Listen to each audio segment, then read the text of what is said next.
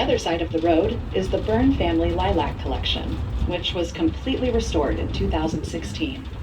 In late April, this whole area becomes a sea of color, from white and pale blue to lavender and deep dark purple, and the fragrance is incredible. Just past the lilac collection is the award-winning Peggy Rockefeller Rose Garden. Hop off here and you can wander through the nearly 4,000 roses ranging in September. In some years, we have even had roses blooming in early December. The garden was designed in 1916 by pioneering landscape architect Beatrix Ferrand, a leader in her profession in the early 20th century.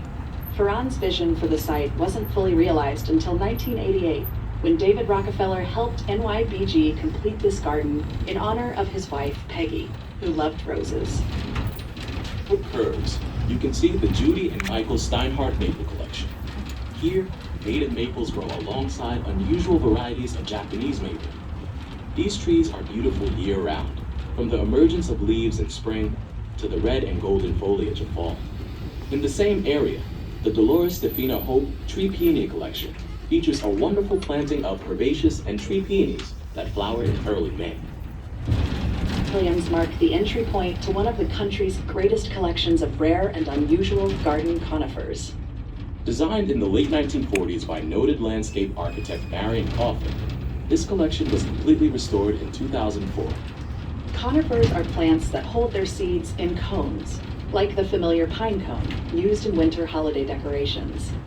The Beninson Ornamental Conifer collection includes plants with multicolored foliage, others with creeping forms, and compact and slow-growing varieties. This part of the garden is welcoming no matter the season, from the vibrant greens of spring and summer to the earth tones of autumn to a white blanket of winter snow. Ahead, where the paths intersect on side A.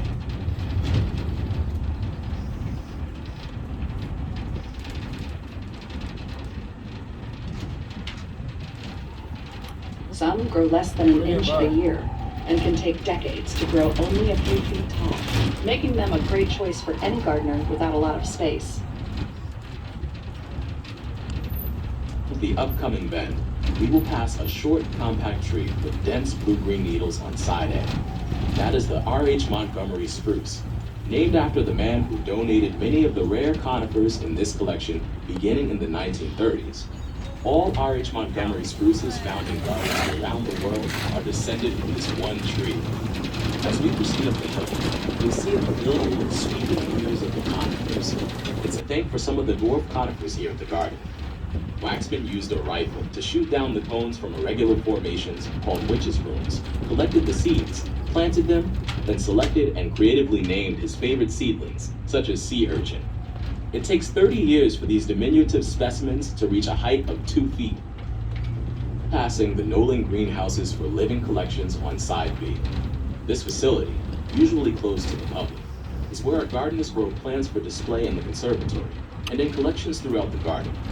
Each of the 8 growing zones in the greenhouses has a different climate, accommodating an incredible diversity of plants. On side A is a grove of dawn redwoods, once known only from fossils in the early 1940s.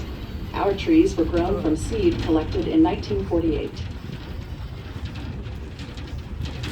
B are low conifers with curtains of green needles that cascade to the ground. These are Sargent's weeping hemlocks, a variety of our native eastern hemlock, first discovered in New York in the middle of the 19th century. Our specimens are more than a century old.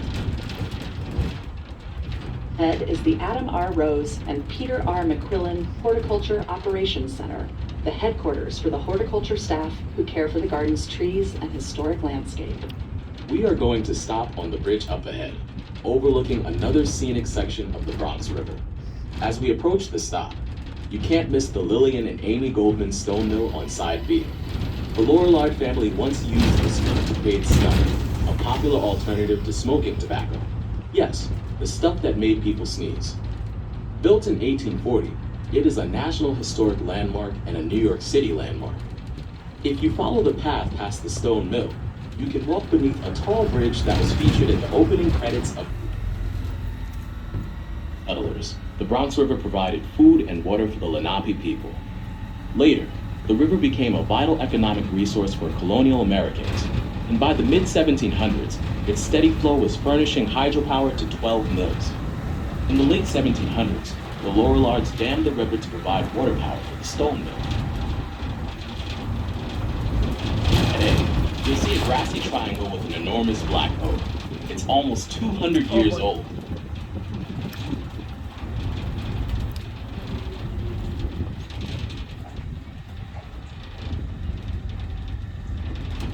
Turn, look up the road for the grove of small trees on the slope on side A. This is the Donald J. Bruckman Crabapple collection. The crabapples in this collection and throughout the grounds flower in spring, usually in late April. Family forest.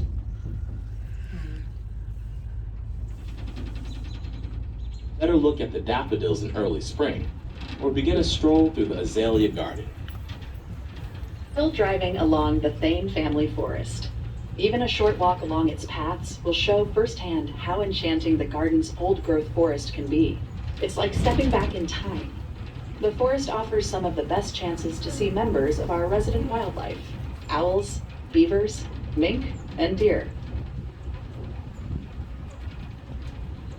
The garden on side A, completed in 2011, spreads across 11 shaded acres and features thousands of azaleas and rhododendrons and woodland perennials. When the azaleas flower in early May, the entire hillside is transformed into a pointillist canvas of pinks, purples, and whites. Even when the azaleas aren't in flower, the azalea garden is a great place for a walk. Mature tulip trees, oaks, and sweet gums cast welcome shade in summer that cools the masses of ferns, hostas, and other shade-loving plants that line the paths. Spectacle reaches its pinnacle in late October. In winter, look out for fragrant witch hazels and clusters of snowdrops and crocus. One of the year-round highlights is the 155-foot tulip tree in the center of the azalea garden. It's the New York Botanical Garden's tallest tree. On side A, you will see a path just beyond more rock outcroppings. That's the Mitsubishi Wild Wetland Trail. It leads you along a swamp full of trees, shrubs, and grasses that flourish in cool, wet ground and provide a welcoming habitat for frogs, turtles, and songbirds.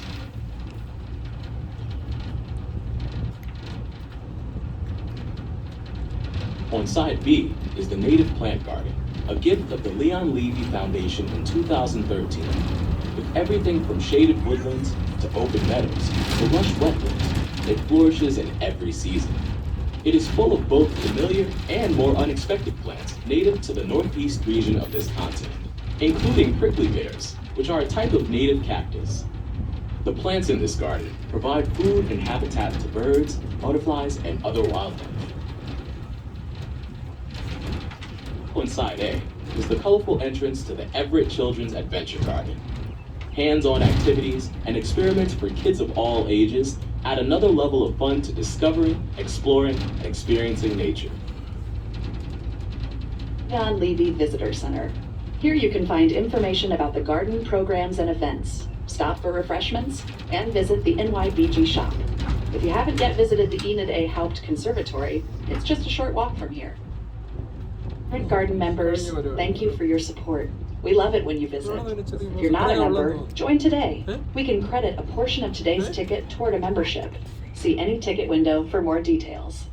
And remember, we could only show you a fraction of the Botanical Garden's riches on the tram ride today. We invite you to head out on your own to explore.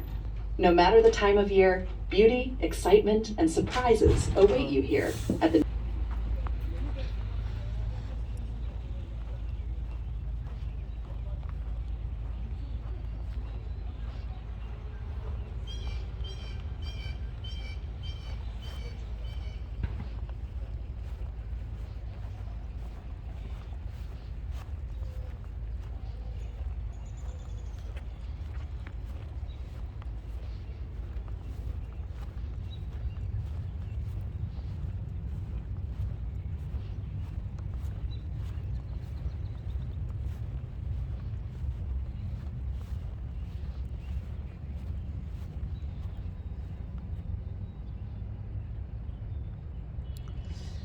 ഇവിടുത്തെ summer ടൈമിൽ കാണുന്ന ഫ്ലവേഴ്സാണ് നിങ്ങളിപ്പോൾ കാണുന്നത്.